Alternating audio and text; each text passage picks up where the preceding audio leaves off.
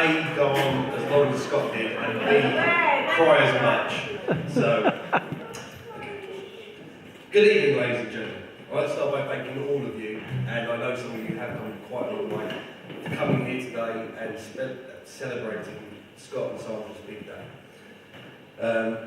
I'd like to say a special thank you as well for those of you who already know me and knew I was speaking and still decided to attend.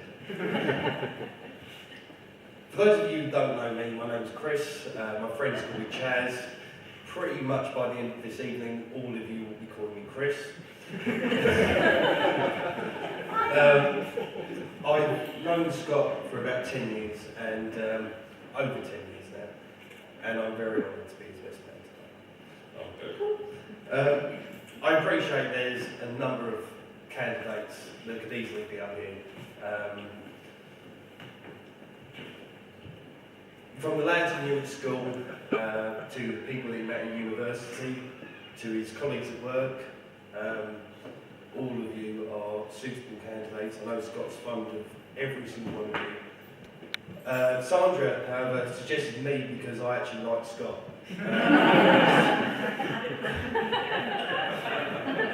Okay, back to speech. I know the best man's speech is traditionally about 5 to 10 minutes of what is essentially poking fun at the group in front of his nearest and dearest. To do that to Scott, a very kind, honourable, ultimately a true friend, and what is and will always be one of the happiest days of his life is going to be very hard, hopefully funny as well. As we know, Scott is a very well-dressed man. I assume that's got something to do with the amount of time he spends inside his massive closet. I won't joke. I'm sure most heterosexual men would spend that amount of time on the wedding invites and have a man crush on the actor Tom Hardy. Luckily enough, I spoke to Diane a couple of months back, and she also let it slip that when Scott was 7, for Christmas, Scott asked for mascara and a miniskirt.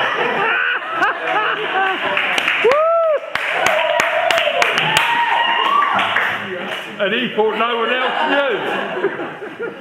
Having spoken to Scott's friends and family, I know that all of them will agree with me that Scott is an incredibly lucky man to meet somebody as wonderful as Sandra.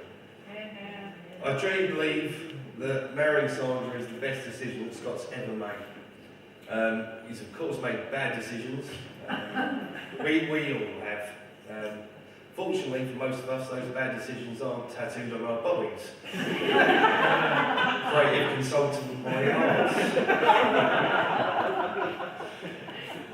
Seriously though, Scott's going to make an amazing husband, and I'm sure an even more amazing father. I think I'm the most qualified to say this out of anybody in this room. You may ask why. Many years ago, when me and Scott were half the men that we are today, we were invited to our house party around Joe Fiddler's, who, if you haven't met yet, standing at the back there with the camera. On entering the house, Joe, being the good son that he is, advised us not to enter his parents' bedroom. Me and Scott, being the bad friends that we are, entered that bedroom 2 seconds later and then proceeded to get dressed up as Joe's mother and father. Me as Mrs. and Scott as my doting husband. We then proceeded to reenact the conception and birth of Joe Fiddler. Oh no! And I can honestly say that Scott was very soft, very gentle, but strong at the same time. And all throughout the birth, he held my hand. He whispered sweet, soft words into my ear, and I don't think that was all acting.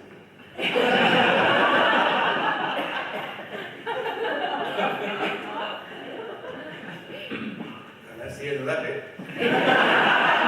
Scott spent about 2 hours writing out his speech, and he gave me no time to do mine. Okay. one last thing. I think we've all had an amazing time today. The location's been amazing, the food's been amazing, everything has been absolutely amazing. And the fact that these two work so hard, as we know they do, whatever it is that they do.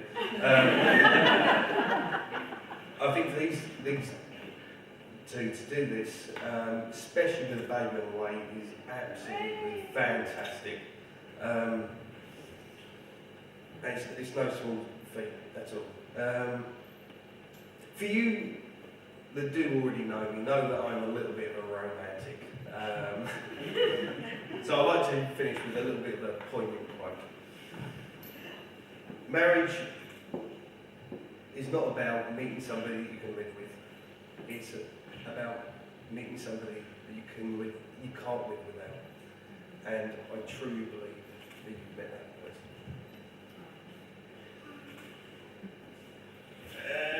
So now it gives me immense pleasure, ladies and gentlemen, to invite you to stand once more and raise your glasses